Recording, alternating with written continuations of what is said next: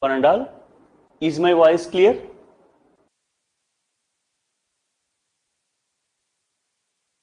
Everyone? And the audio also? Right. Then let us begin our today's session. So any queries with regard to the previous class of abstract algebra, the concept of group and how we are solving the problem on it? Please tell.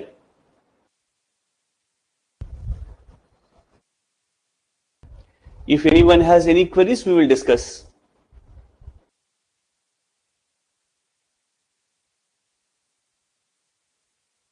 Right.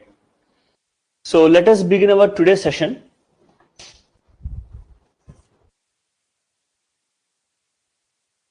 So the first problem here is prove that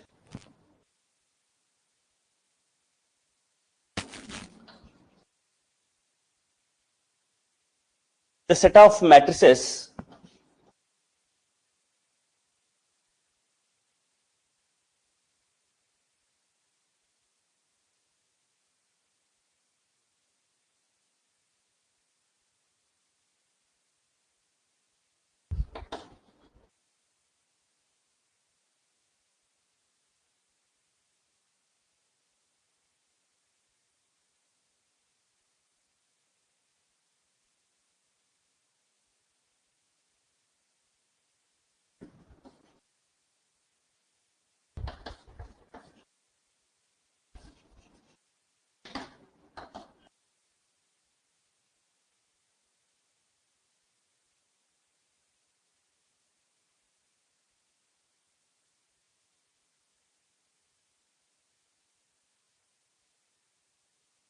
So please take a note of the problem.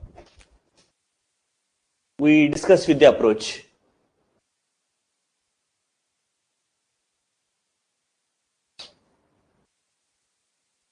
So if you look at the problem, I have taken all 2 by 2 matrices into one set, which are of the form cos alpha minus sin alpha and cos alpha, where alpha is a real number.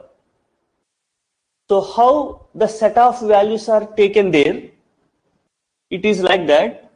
If I say alpha is equal to 2, real number, the corresponding matrix is cos 2 minus sin 2 and cos 2. This matrix will belong to the given set. If you take a name G, then G contains all the matrices of the form A alpha, where alpha is a real number.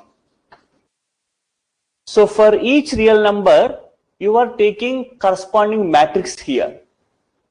If you take alpha is equal to 1, you will get a matrix. If you take alpha is equal to 2, you will get a matrix. If you take alpha is equal to root 2, you will get another matrix, like that. Clear? How the set is taken?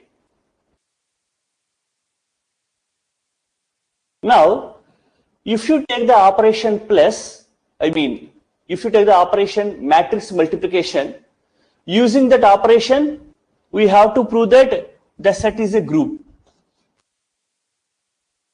So we have to verify the properties closure, associative, identity, inverse with regard to this set. In a simple way, we can say that G comma dot is a group that we need to verify. Clear to all? Yes or no? Please tell.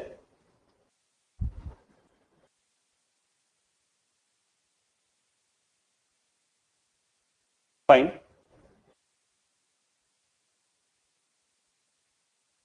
Now let us start with the closure property.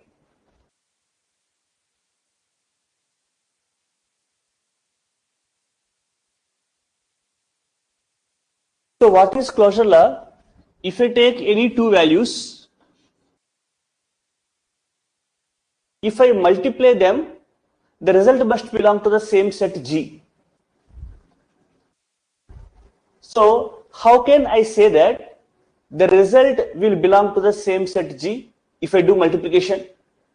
Can you guess?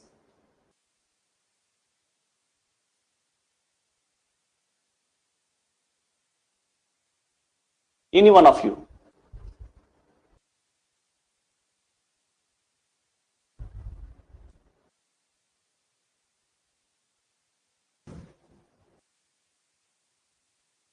Are you getting the idea what I am saying actually?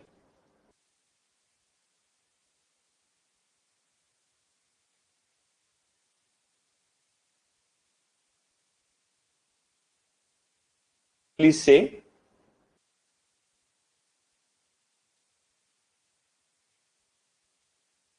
So if you observe the pattern here, if you multiply these two matrices, the result is also a matrix. Agree?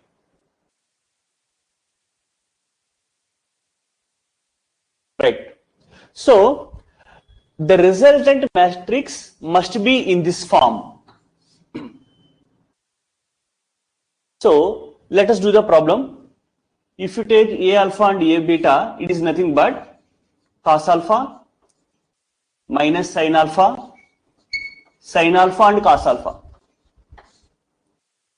If you consider A beta,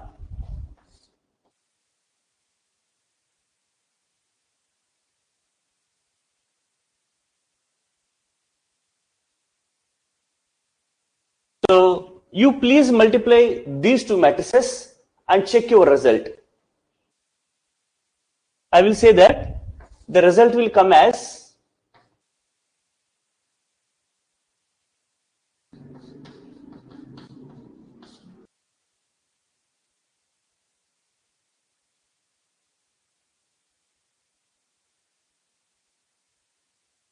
so please check the result after multiplying the two matrices. You have to multiply them and you should say that this is the result. Please check on yourself.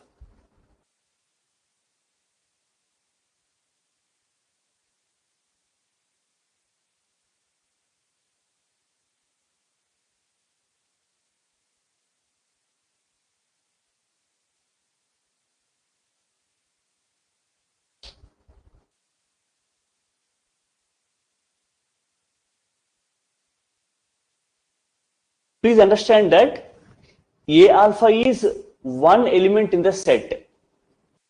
Actually, G is our set. It contains all matrices A alpha where alpha is a real number. So for every real number, we are taking a corresponding matrix A alpha where the pattern of A alpha is chosen like this. Did you get it now? So can I write this matrix simply as A suffix alpha plus beta? Agree? So what does it mean? Since alpha, beta are real numbers, the resultant alpha plus beta is also real number. If you multiply them, the two matrices, the result has come under the pattern of A alpha. Whatever the element is there, it will come like this. So this value will belong to G because alpha plus beta is a real number. So A suffix alpha plus beta should belong to G. So from this observation, we can say that if you take any two matrices, let me say I have taken A5 and A10, the result is nothing but A50. Sorry, A15. Clear? So closure property existed there. Now, there is no need to verify associative law here because we know that whenever you consider square matrices, they always satisfy associative property.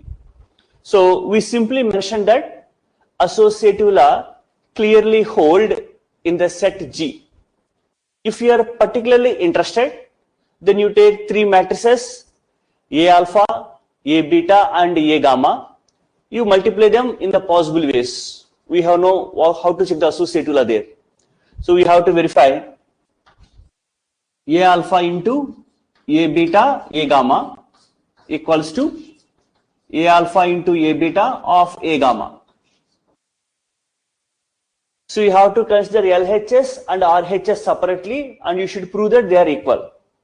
But actually there is no need to prove separately, because we know that matrix multiplication is associative. Okay. So we have done with two properties. Now I am going to check the property of identity. It means that can I get an identity matrix which is of the above pattern? Now, whenever you take a 2 by 2 matrix, the identity matrix is nothing but 1 0 0 1. Agree? Because whenever you take any 2 by 2 matrix, if you multiply this, you will get again 2 by 2 matrix. The same matrix will come. Yes or no? Exactly. So here we should ensure that the identity matrix 1 0 0 1 should be of this form. So we can write this matrix as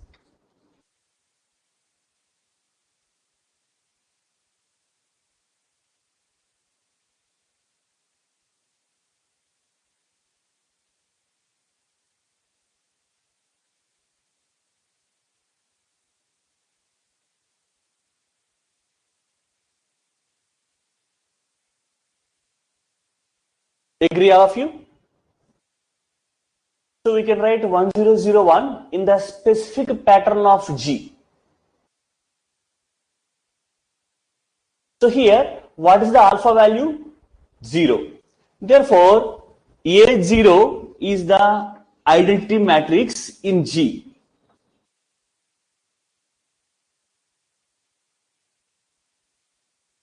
So you have proved identity property also. Now we have to prove inverse. So what it means, if I take A alpha, what could be the other matrix, so that if I multiply them, I should get A0, that is 1 0 0 1. I need to verify that. First of all, let us check if you take any element A alpha there, whether the matrix is invertible or not. Can you say whatever the matrix you consider, is it invertible or not? Because if it is invertible, then only we can calculate the inverse. Otherwise, it is not possible to calculate the inverse.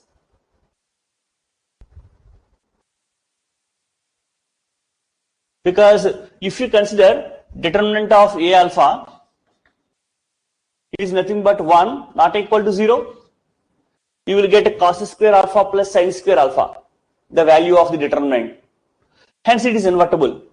So as per the first observation we did, whenever you take a matrix A alpha, if you multiply with A suffix minus alpha, it is nothing but A0.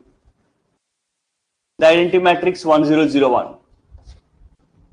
So A suffix minus alpha is the inverse of A alpha in G. So if you have any doubt, you can check with that. Take the matrix A minus alpha and A alpha, multiply both, you will get 1 0 0 1. So in this way, we prove that G is a group. You have verified the closure law, associative law, identity, and as well as inverse. And there is no need to verify the last property, that is commutative property or abelian property, because there is no guarantee that AB is equal to BA in matrix multiplication. So, excluding the fifth property, the given set satisfies all the four properties. Hence, it is just a group, not an abelian group. Okay? Right. So if you clear with this part, then I am going to take the other problem. If you give confirmation, then I will erase this. I will take the next problem.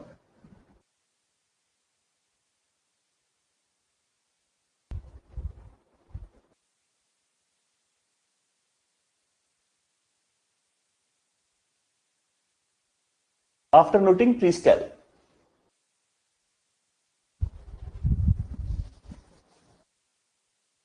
If anybody is getting any voice disturbance, you please tell. Or there is any gap between the audio and video. If you are lagging anything.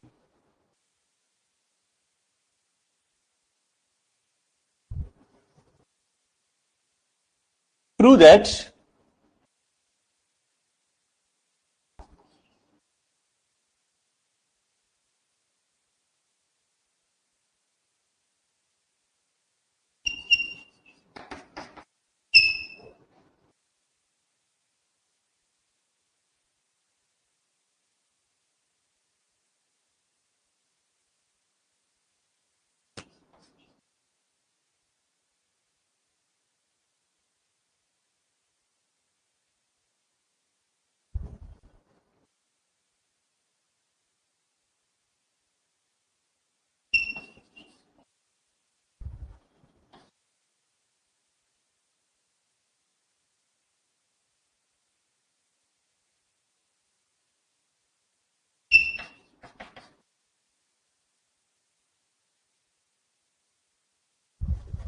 you please take a note of the problem. Then we discuss with the approach.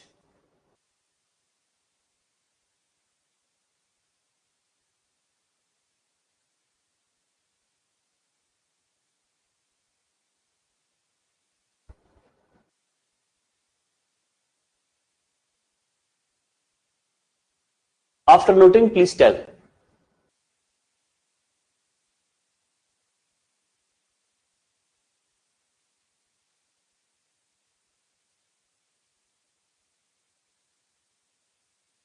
So if you observe that here the set is taken as set of rational numbers other than 1.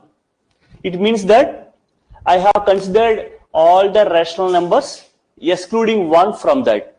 So it contains 0 also, right? So if you draw a line for it, the number line, so excluding 1, I am taking all the elements in that. Okay.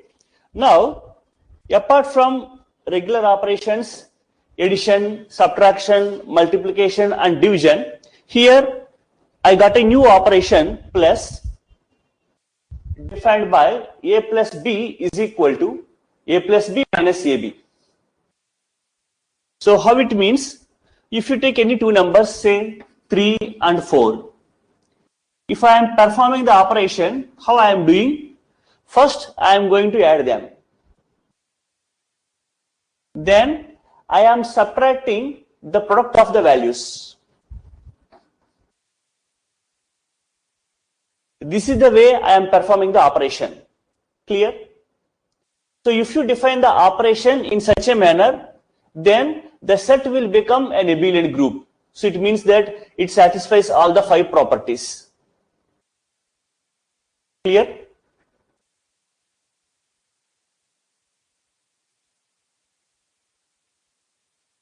Are you getting the logic or not? Now let us verify the first property, that is closure law. So if you take a plus b, the value is a plus b minus ab, and obviously it is not equal to 1.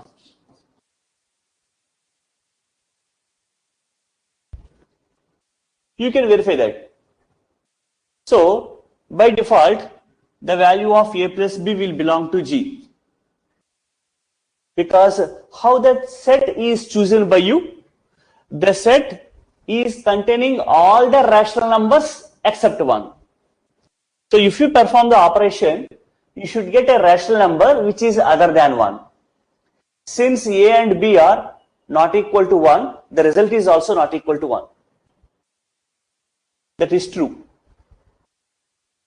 Okay. Now, let us verify with the associative law. You take 3 elements.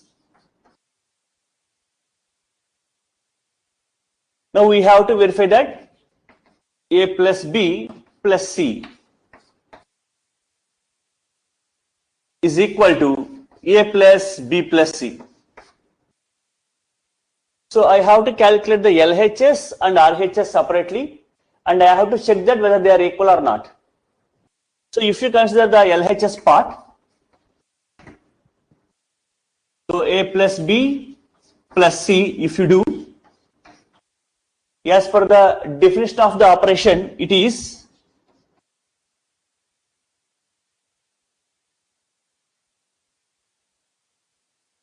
now again we are applying the same operation between these two. Observe the pattern. Whenever you are performing operation between two values, first you have to add them minus the product of the values. So it is nothing but A plus B minus AB plus C minus of the product.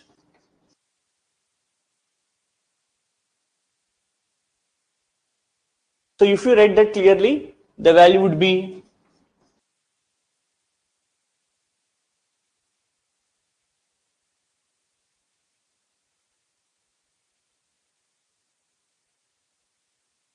so this is the value of the LHS. In the same manner, you please calculate the RHS and tell me, are you getting the same value or not? Please tell me after doing that on your way.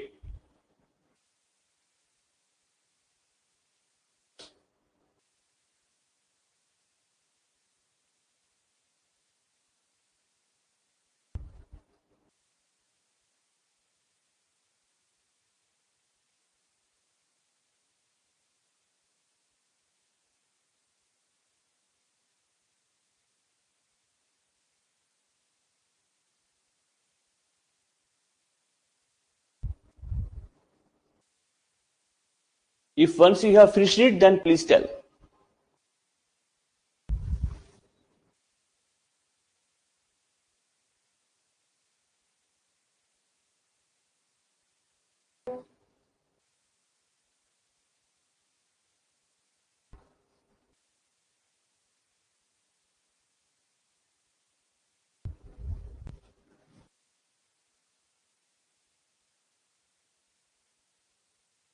Right. So LHS equal to RHS, then associative law is verified. Now let us go with the property, that is identity. How we are checking the identity?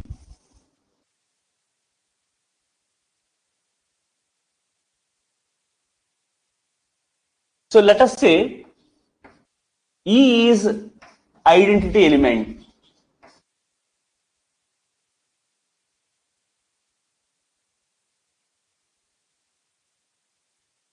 So what it means, if you take any value in G, if you perform the operation with this element E, you will again get the same value. It means that for every element A, if you perform the operation, you are going to get the same element. Now the question is, what is this E? That we need to identify. So for this, let us apply the operation there.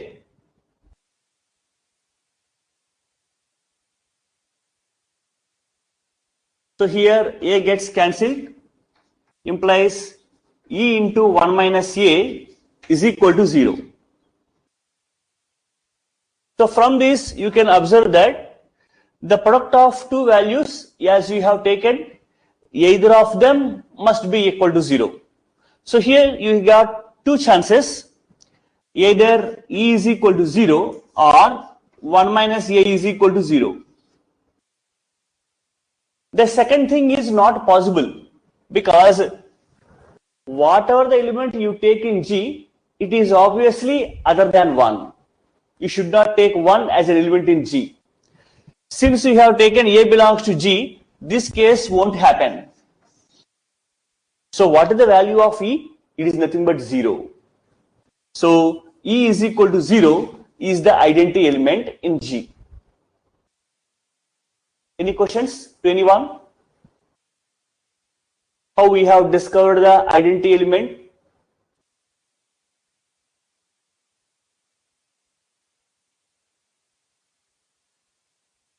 Please take a note of that.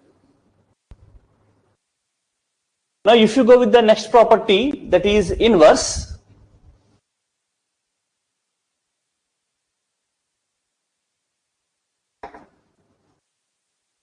So if I say that A is an element in G, I need to find B belongs to G such that A plus B is equal to identity.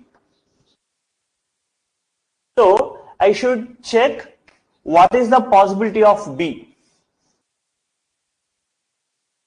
If I have taken that B is inverse of A, then what is the possibility of B?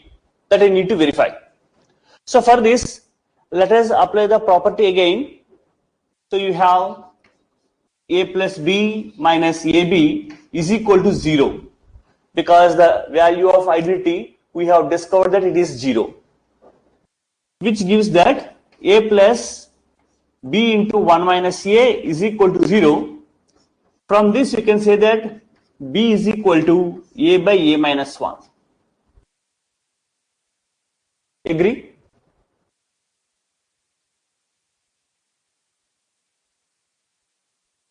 Please check the value of B. It means that, let me say I have taken A is equal to 5. So what is the inverse of A? It is nothing but 5 by 5 minus 1, that is 4. Because if you perform the operation 5 plus 5 by 4, you are getting the value as 0. You please check that. So this is the inverse of this. You can numerically verify the answer.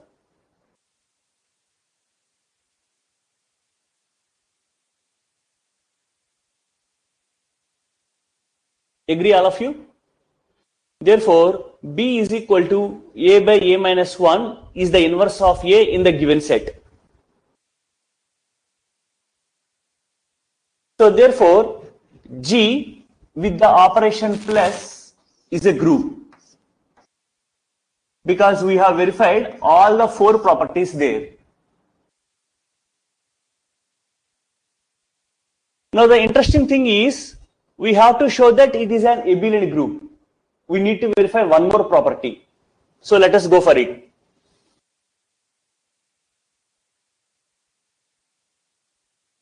The abelian property is defined by, we have to show that A plus B is equal to B plus A. This is the condition we have to check for abelian property. So if we start with LHS, it is A plus B minus AB. Since A and B are nothing but rational numbers, so we can write them as B plus A minus BA. The result won't affect. It has the same value. So it is nothing but, by the definition, B plus A. Since A plus B is equal to B plus A, commutative property is verified, hence it is an abelian group. As you know how to apply the operation, you please apply the operation here and tell me the value of X, what it could be here. I can see we are going to get X value as 3 by 2. You please do the problem and confirm the answer, whether X is equal to 3 by 2 or not.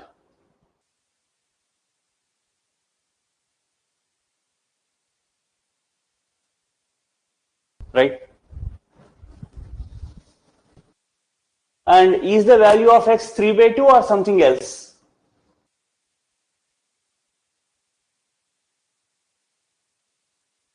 Right.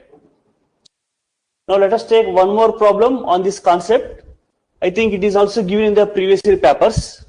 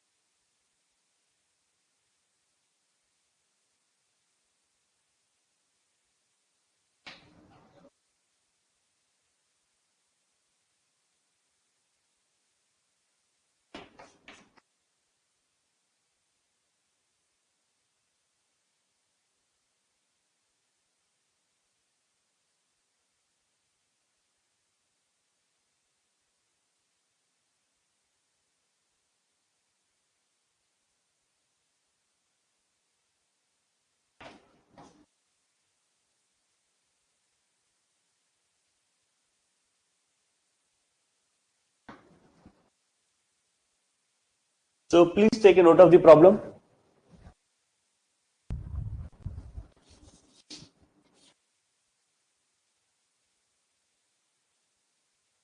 After noting, please tell.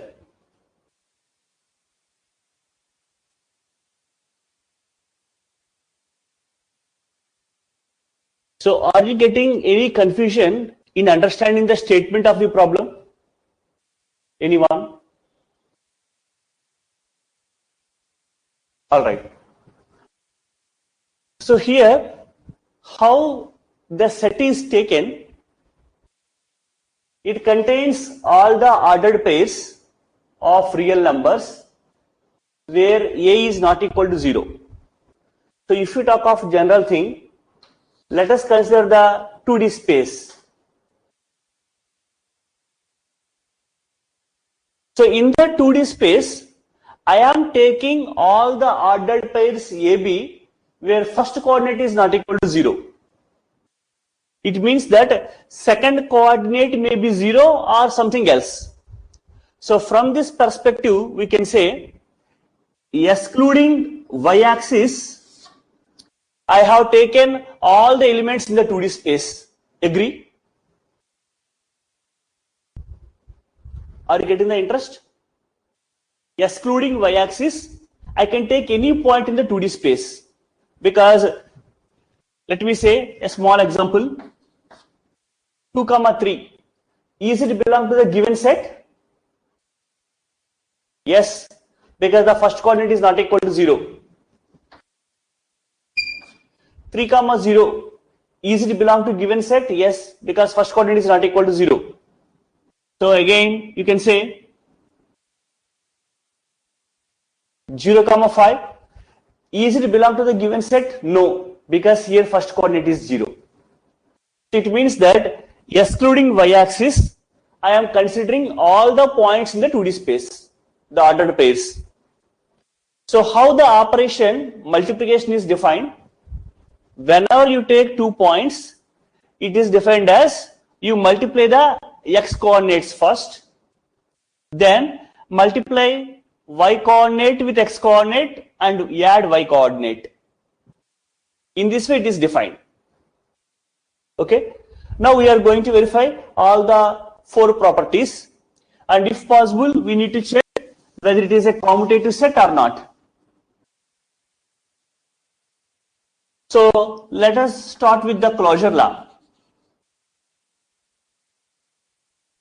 Let me say I have taken 2 points AB and CD in the set which is given there.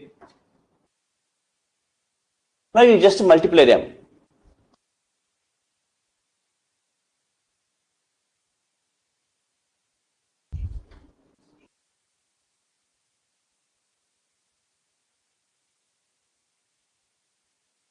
Now I need to say that this value belongs to G. How?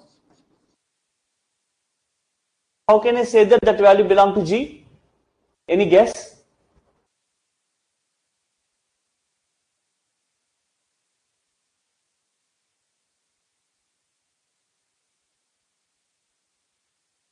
Any guess for anybody?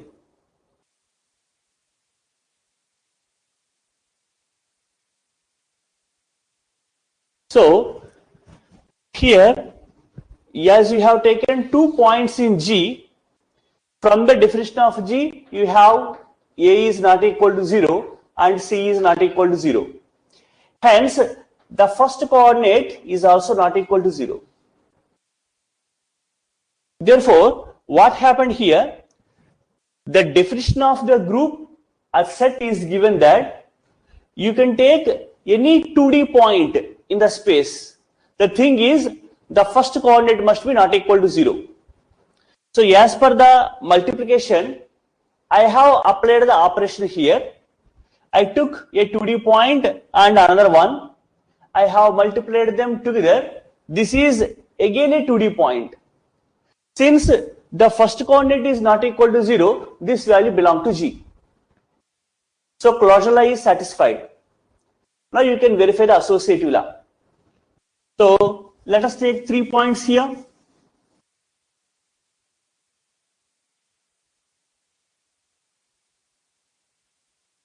So let us do a multiplication.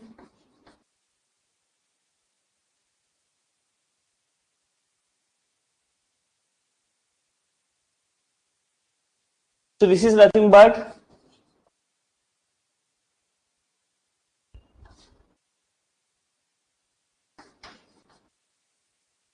if you apply the property there, it is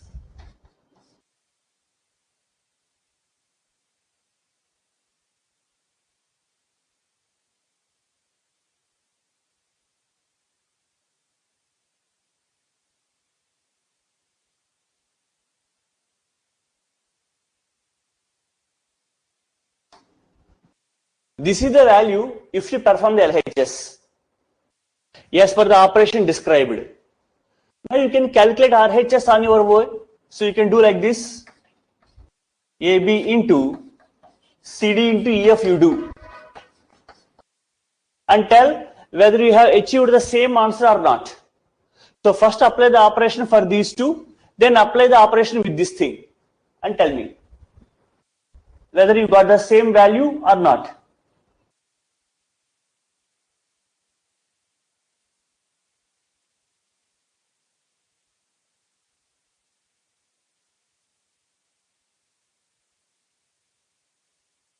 So is everyone getting how the operation is applied there whenever 2 points are given in the 2D space?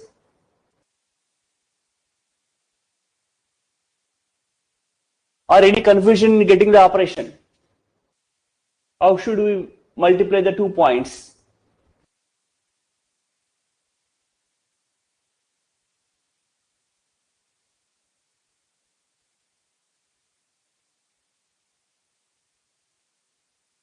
So once you give your confirmation, then I go to the next property.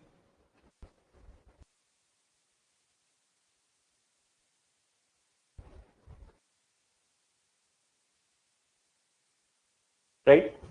Now let us go with the property of identity. Let us take that x comma y is identity.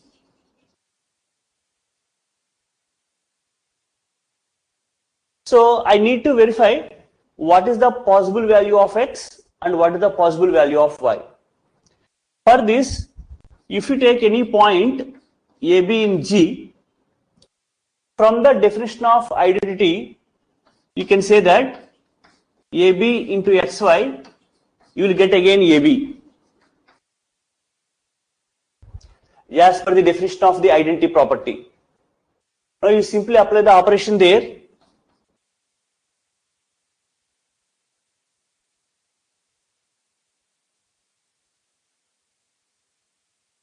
Now you equate the respective coordinates which are given there.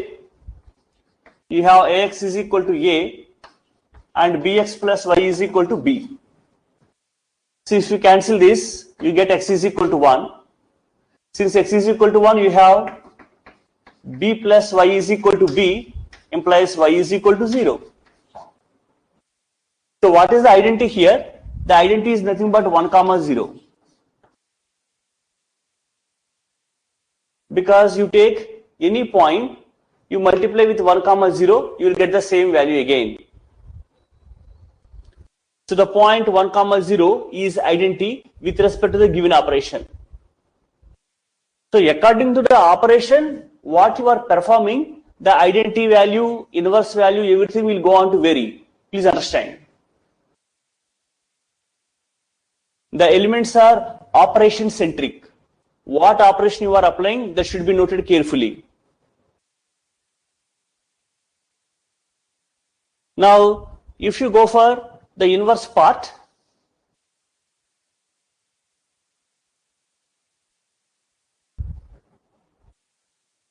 so let us say that AB is an element in G and CD belongs to G is the inverse.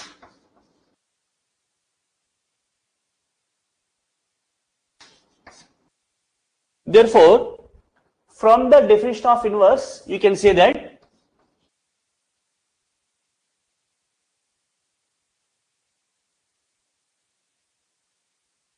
AB into CD is equal to 1 comma 0. The identity we will get.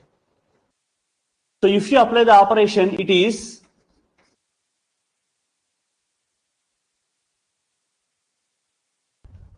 so by equating the respective coordinates, AC is equal to 1 implies C is equal to 1 by A and BC plus D is equal to 0. This implies D is equal to minus B by A since C is equal to 1 by A. Therefore, what is the inverse? Whenever you take the point AB, its inverse is nothing but 1 by A comma minus B by A. So for every element AB, 1 by A comma minus B by A is the inverse. You can check with the property. If you multiply these two values, are you getting the identity value 1 comma 0 or not? Therefore, the given set is a group with respect to the operation defined there. So can you say that minus B by A does not belong to Z?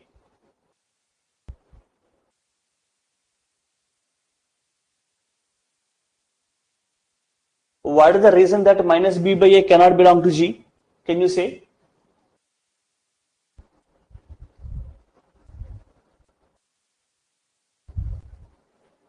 So please understand, here we are not taking the points of first quadrant.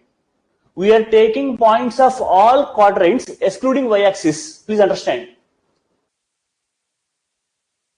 So if you read the problem statement, all ordered pairs of real numbers, you can take positive, negative, anything, for which A not equal to 0, that's all. Second coordinate is not specified, you can take any part there. And first coordinate also you can take negative value for A, it is also accepted. So don't think that we are dealing the points within the first quadrant only. So in the 2D space, excluding the point on the vertical line, the y-axis, you are taking all the points of it. That's it. All the points in the 4 quadrants we are considering, and that is the operation defined there. Now the question is it commutative or not? How can we verify? Is it commutative or not? How can we verify? Here I say that the set is not commutative because commutative property should be satisfied by each and every ordered pair there. So if you give one counter example that the property is not holding, then you are done. It means that I have to prove that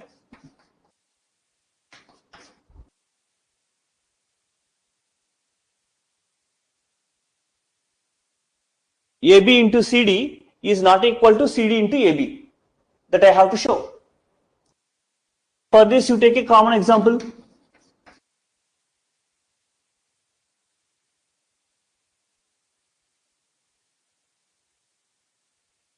Did you verify that all these values are equal or unequal? Please check as per the property defined in the problem.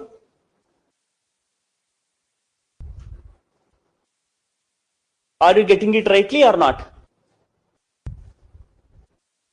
So here AB is not equal to BA.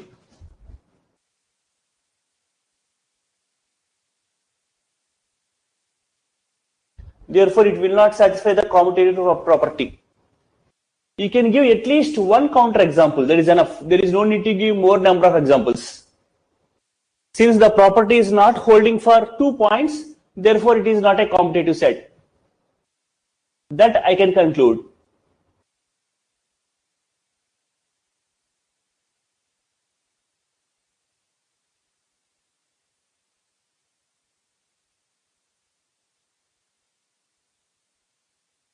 Do you agree for that or not? What I have written?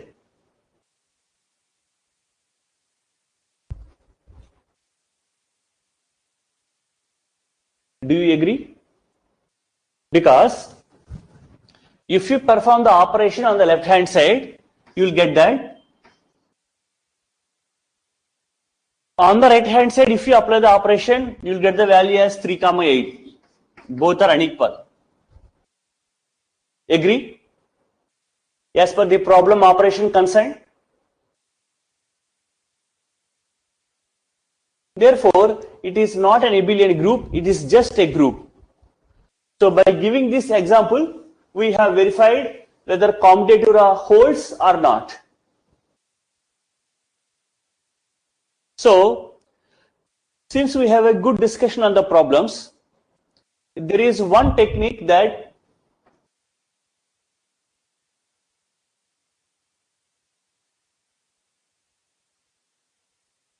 Cayley's table, also called as the composition table.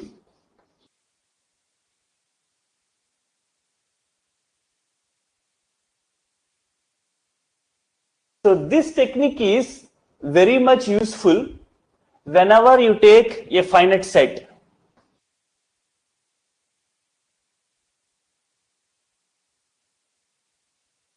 So whenever I take a finite set, then to verify that whether it is a group or not, we can make use of the Cayley's table. It also called as the composition table. So whenever a small finite set is given to us, with regard to a operation on that, we will construct the table. So what the table gives, if you perform the operation between any two elements of that set, what is the output? So you are framing the entire result in the form of a table. So that is why we are calling it as the composition table. So let us take a small example that you take the set G is equal to 1 minus 1 I minus I. This is very familiar example for many problems. 1 minus 1 I minus I. You take the operation multiplication, the regular multiplication of the numbers.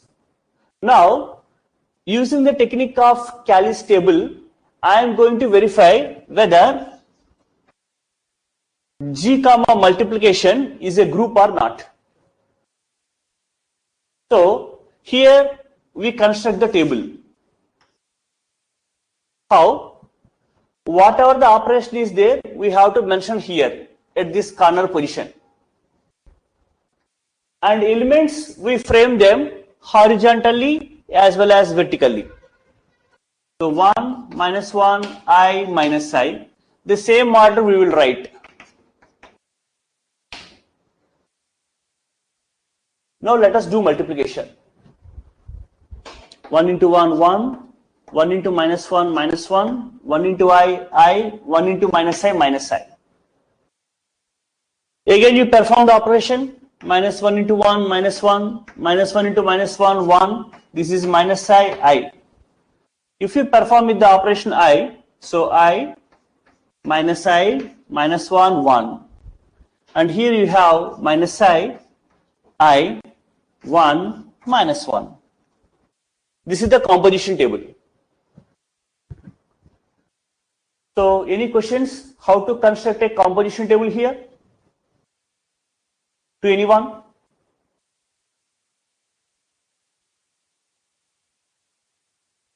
So you pick up the first element, multiply with all these values, place here. You pick up the second element, multiply with all these values, you place them here, and so on. So please take a note of that.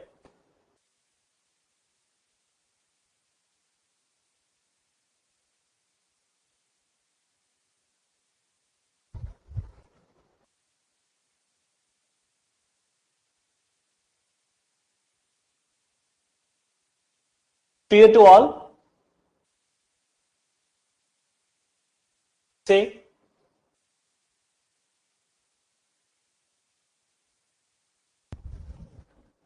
Now, basing upon observing the composition table, we will verify whether all the 4 properties or 5 properties satisfied by the set or not. So if you think about closure law, how we are verifying closure law? Whenever you take any two elements in a set, if you perform the operation, the result is also an element in the same set. You should not get a distinct value apart from the set what you have taken. So after constructing the composition table, we will observe that whether all the entries in the table are the elements in the set G or not. So if you are getting any different value apart from the set you have taken, we say that closure law is not satisfied. Since all the elements here belong to the same set G, closure law is satisfied. Okay? Whenever closure law satisfies, by default associative law satisfies in the composition table. There is no need to mention that separately. Whenever closure law satisfies, always associative law will hold in that thing. Now, we have to verify what is the identity element and what is the inverse element. So for this is the pattern of the elements I have written here. In this table, these are the rows. First row, second row, third row, fourth row. Among these rows, one row will be exactly equal in the pattern what you have written. 1 minus 1, I minus I. In this case, it is nothing but the first row. So the top row is same as the first row. And the first row is corresponding to the element 1. Hence, 1 is the identity element in the given set G. So how we are checking the identity? You have written a pattern of elements here. The same pattern will come in one of the following rows. First of all, you identify the row and take the corresponding element. That element is nothing but the identity in that set. Okay? Did you get the concept? Yes or no? Now, for the verification of inverse, in this composition table, in each row, you identify where the identity element comes. So here, this is the identity element. Here, this is the identity element. Here, this is identity element. Here, this is identity element. So after identifying the value, you correlate the corresponding row column values. So these two corresponds. So inverse of 1 is equal to 1. Again, this is the row value, this is the column value. So inverse of minus 1 is equal to minus 1. So this is row value, this is column value. So inverse of I is equal to minus I. And similarly, inverse of minus I is equal to I. So in this way, we will identify the inverses. So how we are doing? In the composition table entries, you mark the identity values. In the first row where it is, in the second row where it is, in the third row where it is. Then you arrange the values such that what is the corresponding row value, what is the corresponding column value. So these two elements are nothing but inverses to each other. Okay? Is it fine? Please tell.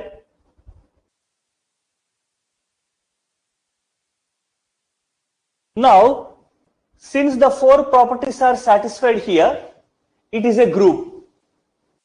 Now, I want to verify whether it is an abelian group or not. So, since you are doing AB is equal to BA, for the verification of commutative property, so you have to verify that whether row is equal to column in this table. So why? Because, so if you observe that this is the first row, 1 minus 1 I minus I. You check the first column, 1 minus 1 I minus I. So first row, first column, both are same. The same pattern, the elements will come. If you observe second row, minus 1, 1, minus I. If you observe the column, minus 1, 1, minus I. So did you check that? So whatever the row you consider, that corresponding column is also same. The same type of entries, in the same manner they will come. Therefore, in exam we mentioned that since each row is same as corresponding column, it satisfies identity property. That we mentioned in the exam. Since each row is same as corresponding column, commutative property satisfies here. Hence, it is an abelian group. So in this way, after constructing the composition table, by the write-up, we prove that it is a group or it is an abelian group. Okay? Clear for everyone? Now, apart from the regular algebraic operation, addition, subtraction, multiplication, division, we define two operations. We call them as modulo operations. So how do we define them? One operation is addition modulo m.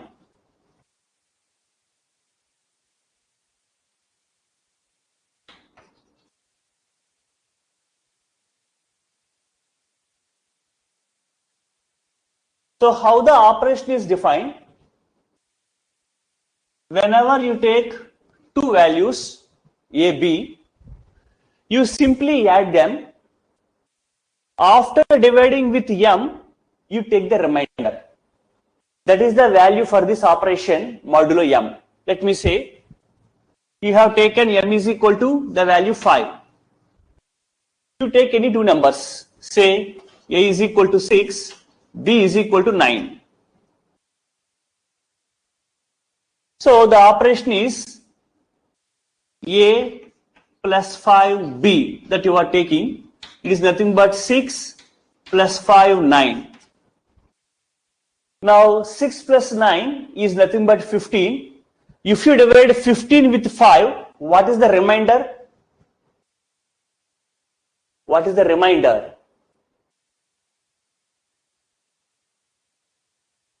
0. So the result is nothing but 0. Suppose if you take that the value as, say, a is equal to 6, b is equal to 11, then if you perform the operation 6 modulo 5, 11 is equal to the value 2. Because 6 plus 11 is nothing but 17. If we divide with 5, the remainder is 2. Clear? So, under the modulo operation, we are writing the remainder after performing the addition. Okay? Did you understand how we are performing the modulo operation? Similarly, we perform multiplication modulo.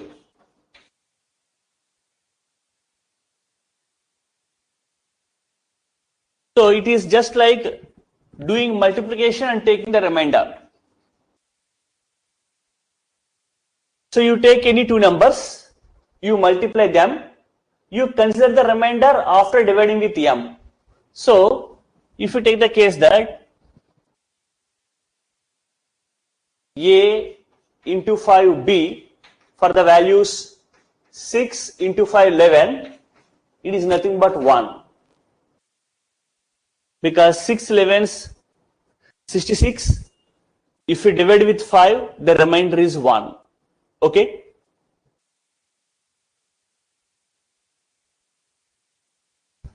In this way, the operations are defined: addition modulo and multiplication modulo. So, based on the modulo operation, we define a set integers modulo.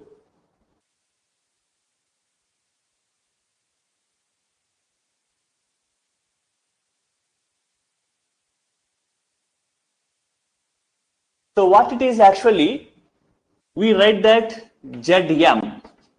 The set symbol is Zm. It is defined as 0, 1, 2 up to so on m minus 1. So you can take that if m is equal to 5, Zm is nothing but 0, 1, 2, 3, 4. So it is called as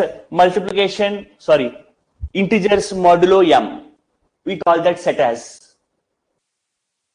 So if you are using the operation multiplication, excluding 0, we will write 1, 2, 3, 4. So based upon the modulo operation, we will take whether 0 is to be included in the set or not. So using the technique of composition table, we can prove that Z5 comma plus 5 is an abelian group.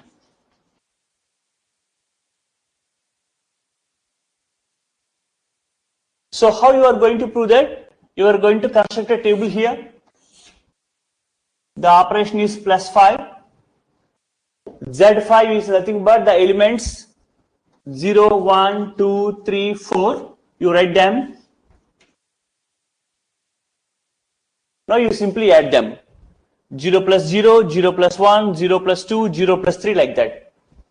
Suppose if you have taken the elements 2 and 3, if you want to add them, as per the operation concerned, the value is 0. Because 2 plus 3 is equal to 5. If you divide with 5, the remainder is 0. So, in this way, we fill the entries in the table. As we have 2 plus 4 is nothing but 6. If you divide with 5, remainder is 1.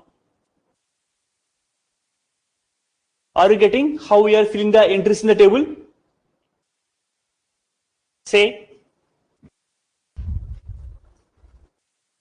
yes or no.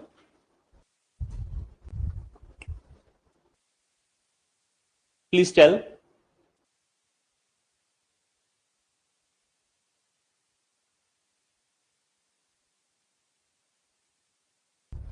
All right. So at this point, I want to give a small assignment for you. It is nothing but you simply prove that Z5 plus 5 is an abelian group, or group you can say. Another one, Z7 into 7 is also a group.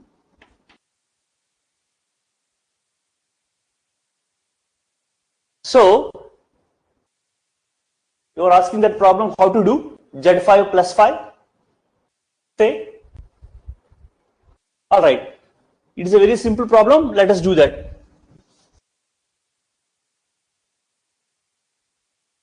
So, take the value.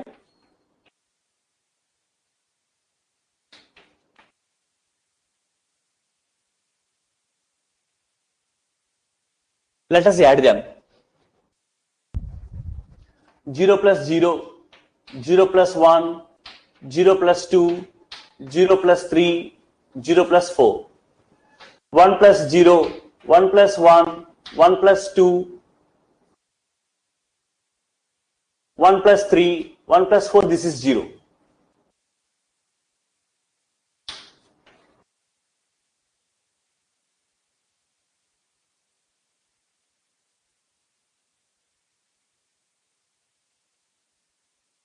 This is the way in filling the values.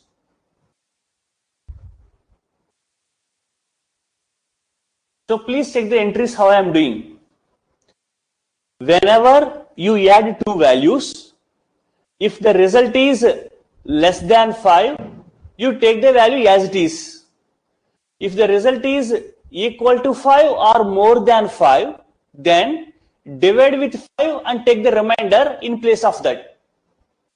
That is what we are doing actually.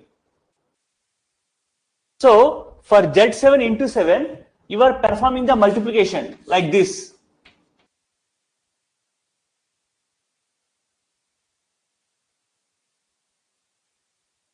So can you feel the entries in the table by doing multiplication like that? Say. So for example, suppose you are doing 4 into 4. Actually 4, 4, 16. So if you divide with 7, what is the remainder? 2, isn't it? So in place of this, we will keep the value 2. That is the thing we perform. In this way, we fill the table entries. So we verify that this is a group or not, and it's an abelian group or not. And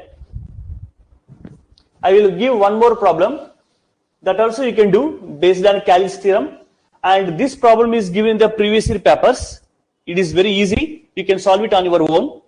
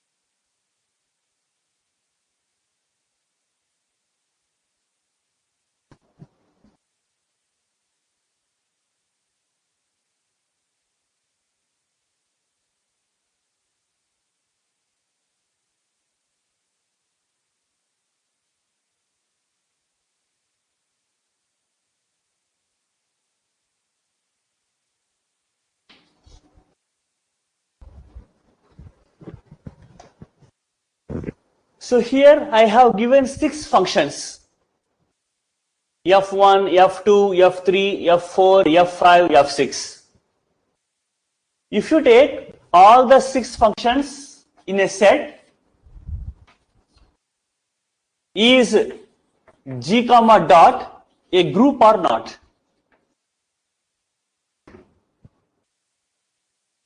That we need to verify. So how we are going to verify? We simply construct the Cal's table.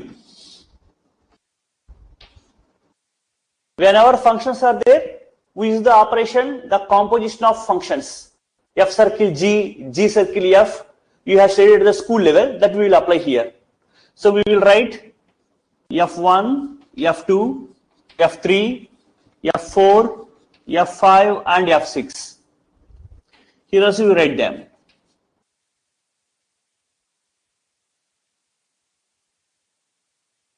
Now you have to fill the table.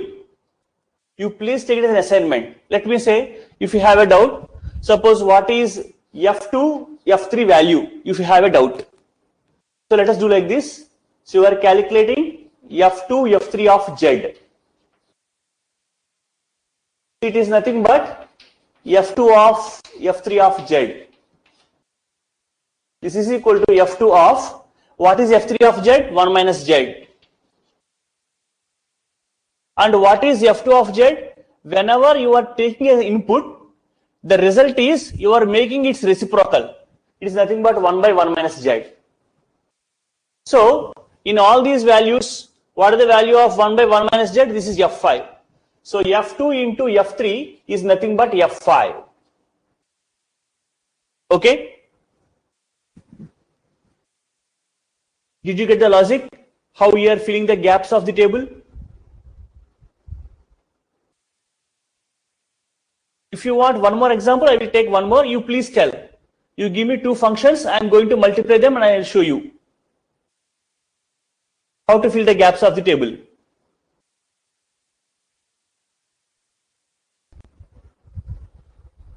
Please tell. Are you getting the logic, or you want an initial input? Say.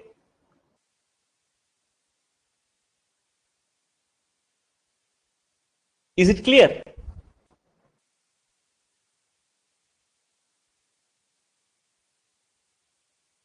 Suppose if you have a small doubt, if you want to perform F3, F6, let me say. So, for example, it is going to be done by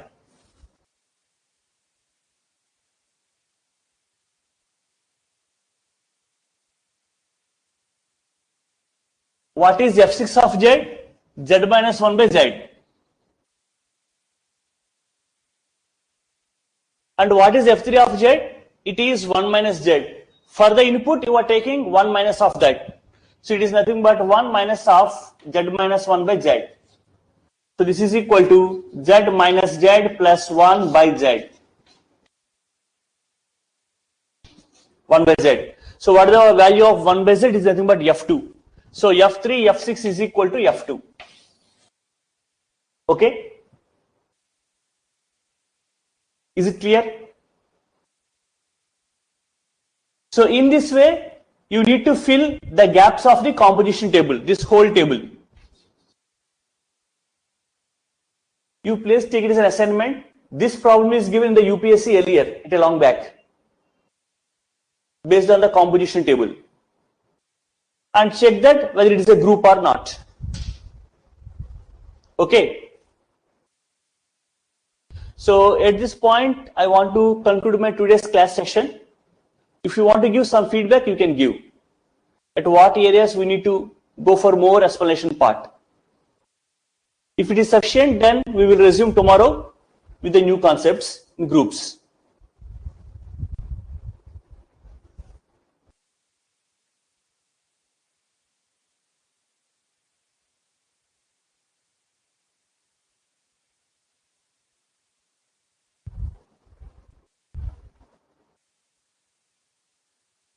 Any questions or any doubts for anybody?